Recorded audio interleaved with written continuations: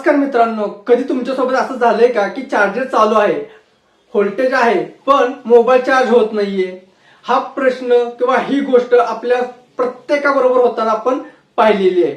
पण हे का होतं हे आपण जाणून घेणार आहोत आणि त्यामागचं कारण काय आहे. जसं की यूएसबी चार्जरला जी करंटची लिमिट असते ती लिमिट याच्याशी कशी संबंधित आहे हे आज आपण आजच्या व्हिडिओमध्ये पाहणार आहोत.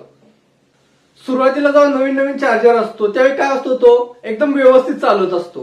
सुरुवातीला तो बरोबर 5 व्होल्ट्स आपल्या डिव्हाइसला म्हणजे मोबाईलला देत असतो. त्याची जी करंट लिमिट आहे जी 1 एम्पियर असो किंवा 2 एम्पियर असो ती तो व्यवस्थित देत असतो. पण काय होतं, 1 वर्ष झालं 2 वर्ष झाल्यानंतर या चार्जरमध्ये काय होतं की त्याच्यामध्ये असणारे जे कॅपॅसिटर्स आहेत ते काय होतात, वीक व्हायला चालू करतात.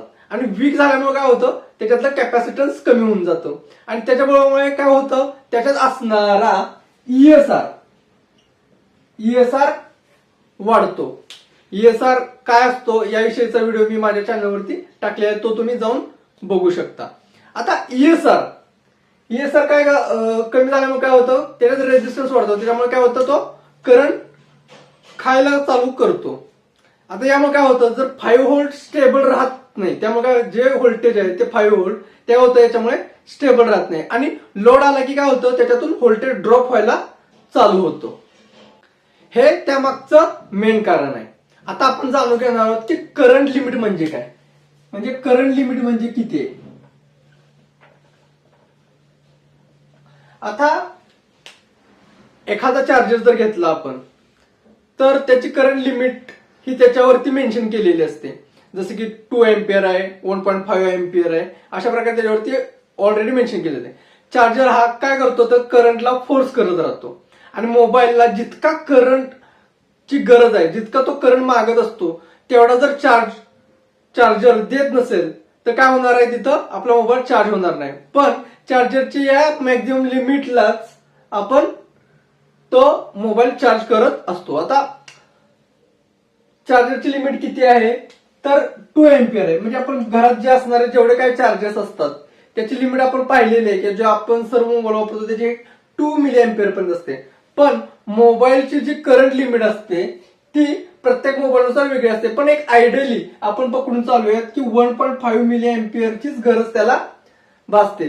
पण ज्यावेळी हा चार्जर 1 वर्ष 2 वर्ष जुना होऊन जातो त्यावेळी काय होतं, याच्यामध्ये की जी करंट लिमिट आहे, ज्याची 2 मिली एम्पियर चार्जरची जी करंट लिमिट आहे ती घसरून खाली येते आणि ती 500 मिली एम्पियर पर्यंत पडून जाते. काय होतं, 500 मिली एम्पियरला ते कमी होऊन जाते. त्याच्यामुळे काय होतं, आपला मोबाईल आहे ना, मोबाईल आपला काय म्हणतो की मला जास्त करंटची गरज आहे, पण चार्जर काय करतोय, त्याला 500 मिली एम्पियर करंट देतोय. त्याच्यामुळे आपला मोबाईल हा व्यवस्थित चार्ज होत नाही. त्याच्यामुळे चार्जर काय होतं, तर ओव्हरलोड कंडिशन मध्ये जातो. पण हा चार्जर ओव्हरलोड कंडिशनला का जातो, कारण की त्याच्यामध्ये आपल्याला एक सर्किट असतं चार्जरमध्ये. ते काय करत असतं, तर करंटला लिमिट करण्याचं काम करतं. करंटला लिमिट करण्याचं काम करत असतं आणि त्याच्याबरोबर ते प्रोटेक्शन करण्याचं काम करतं. त्याच्यामुळे आपला चार्जर हा ओव्हरलोड कंडिशनला जातो व मोबाईलला चार्ज करू देत नाहीये. आता आपण पाहणार आहोत की चार्जर हा प्रोटेक्शन मोड किंवा करंट लिमिटिंग मोड मध्ये का जातो. आता त्याच्या मागचं कारण काय आहे की जेव्हा करंटची जी लिमिट असते, जेवढी करंटची लिमिट जी लागते, तेव्हा काय होतं की त्याच्यामुळे काय होतं की व्होल्टेज अचानक ड्रॉप झालेलं असतं. कधी कधी आपल्याला आउटपुट काय होतं त्यावेळी बंद पण होऊन जातं. किंवा कधी कधी आपला मोबाईल आहे ना, जेव्हा आपण प्लग इन करतो तेव्हा काय होतो, हिचक म्हणजे आपण काय म्हणतो एकदम ऑन ऑफ होताना आपल्याला पाहायला मिळतो.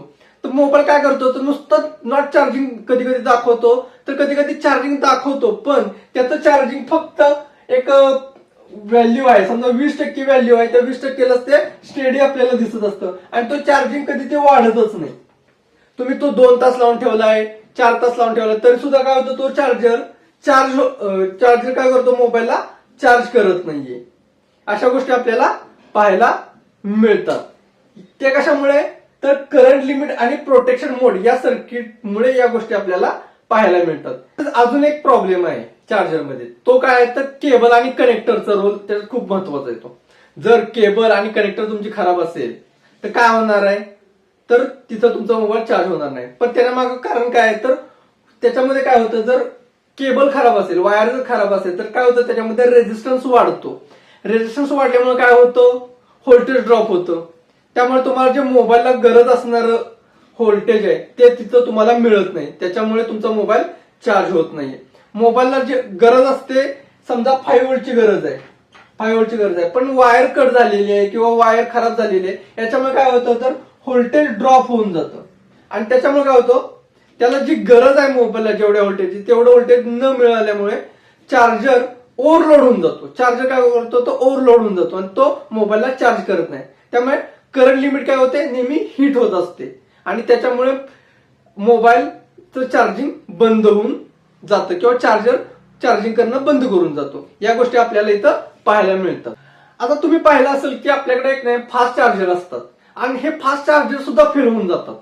आता हे का होतं तर चार्जर आणि मोबाईल मध्ये जी कम्युनिकेशन जे लागतं म्हणजे पिन्स असतात जसे की डी पिन्स असते, डी मायनस असते किंवा सीसी पिन्स वापरले जातात. जर चार्जरचा जर आयसी जर वीक झाला असेल तर काय होतं प्रॉपर निगोशिएशन होत नाही तिथं आणि काय होतं मोबाईलला हाय करंट ट्राय करतो पण चार्जर काय करतो त्याला प्रोटेक्ट मोड मध्ये घेऊन जातो आणि प्रोटेक्ट मोड मध्ये गेल्यामुळे काय होतं तर फास्ट चार्जिंग काय होतं त्यावेळी फेल होऊन जातं आणि नॉर्मल चार्जर पण काय होतो अनस्टेबल होऊन जातो. या गोष्टी आपल्याला फास्ट चार्जर फेल होण्यामागच्या कारणानं हे इथं आपल्याला पाहायला मिळतात. तुम्ही पाहिलं असेल की आपला मोबाईल चार्जिंगला लावल्यानंतर अचानकली गरम होतो किंवा एकदम हिट होऊन जातो, एकदम असं तापून जातो. ह्या मागचं कारण काय माहितीये का मित्रांनो तर एक पहिलं कारण आहे की तुम्ही डुप्लिकेट चार्जर यूज केला आहे का, एक आहे त्याच्यामुळे पुअर व्हेंटिलेशन आहे का ते एक असणं गरजेचं आहे. लॉंग टाइम फुल लोड वरती चालवलाय का म्हणजे तुम्ही मोबाईलचा चार्जिंगला लावलाय आणि तिथं काम करताय, चार्जिंग करत करत काम करताय त्यामुळे काय होतं त्याचा लोडवर येऊन जातो आणि तो हिट होऊन जातो. आता या हिटमुळे काय होतं पहिली गोष्ट तर पहिल्यांदा आयसी डॅमेज होऊन जातो. त्यामुळे काय होतं करंट लिमिटची व्हॅल्यू आहे ना ती कमी होऊन जाते आणि चार्जिंग चालू आहे हे दिसतं पण तुमचा मोबाईल चार्ज होत नाही. त्यामुळे काय होतं पॉवर देऊन सुद्धा आहे ना आपल्याला आपला मोबाईल चार्ज होताना आपल्याला पाहायला मिळत नाही. या मेन गोष्टी आपल्याला इथं होताना आपल्याला बघू शकता तुम्ही किंवा तुम्हाला अनुभवलं सुद्धा असेल. कधी कधी आपण घरी सुद्धा टेस्ट करून पाहू शकता की सिंपल काय करायचंय की होम टेस्ट एक अशी घ्या की चार्जरला नो लोडला 5 व्होल्ट दाखवतो तो आणि मोबाईलला कनेक्ट झाल्यानंतर तो 4 व्होल्ट किंवा त्याच्यापेक्षा खाली येतो. तर त्या कंडिशन मध्ये काय होतं की करायचं काय तर दुसरा एक चार्जर घ्यायचा सेम आणि सेम मोबाईलला तो कनेक्ट करायचा. जर चार्जिंग जर नीट होत असेल तर त्याच्या मागचं कारण काय असणार आहे तर त्या चार्जरची जी करंट लिमिट आहे, जी व्होल्टेज ड्रॉप झालेली आहे त्या चार्जरला काय होणार ती वीक झालेली आहे. हे आपल्याला त्याच्यावरून समजून जाऊ शकतं. म्हणजे चांगला चार्जर आपल्या मोबाईलला व्यवस्थित चार्जिंग करतो व खराब चार्जर आपल्या मोबाईलला चार्जिंग करत नाही किंवा जो चार्जिंग करण्यासाठी लागणारा वेळ जो आहे तो खूप जास्त घेतो. या गोष्टी होतात कारण की तिथं व्होल्टेज ड्रॉप झालेलं असतं किंवा करंट लिमिट ही वीक झालेली असते. हे त्यामागची कारण आहेत. त्यासाठी तुम्ही काय करणं गरजेचं आहे जुना किंवा खराब चार्जर वापरू नये किंवा त्याची करंट कॅपॅसिटी किती आहे हे तपासणं खूप गरजेचं आहे. एका वेळी सांगायची गोष्ट काय तर जुना किंवा खराब चार्जर काय करतो आपले कमी करंट कॅपॅसिटी देतो. आता करंट कमी कॅपॅसिटी दिली तर काय होणार आहे करंट लिमिट पटकन ओळखली जाते आणि त्याच्यामुळे काय होतं व्होल्टेज ड्रॉप होतं. व्होल्टेज ड्रॉप झाला तर मोबाईल काय करतो चार्जिंगला रिजेक्ट करतो, तो त्याच्या प्रोटेक्शन मोड मध्ये जातो किंवा चार्जर सुद्धा प्रोटेक्शन किंवा करंट लिमिटिंग मोड मध्ये निघून जातो. त्याच्यामुळे आपला मोबाईल कधी कधी चार्ज होत नाही. हे त्यामागचं मेन रिझन आहे मित्रांनो. असा प्रॉब्लेम तुमच्यासोबत झाला असेल तर कमेंट मध्ये नक्की सांगा आणि व्हिडिओ जर तुम्हाला युजफुल वाटला असेल तर लाईक करा, शेअर करा आणि सबस्क्राईब करायला विसरू नका. धन्यवाद मित्रांनो.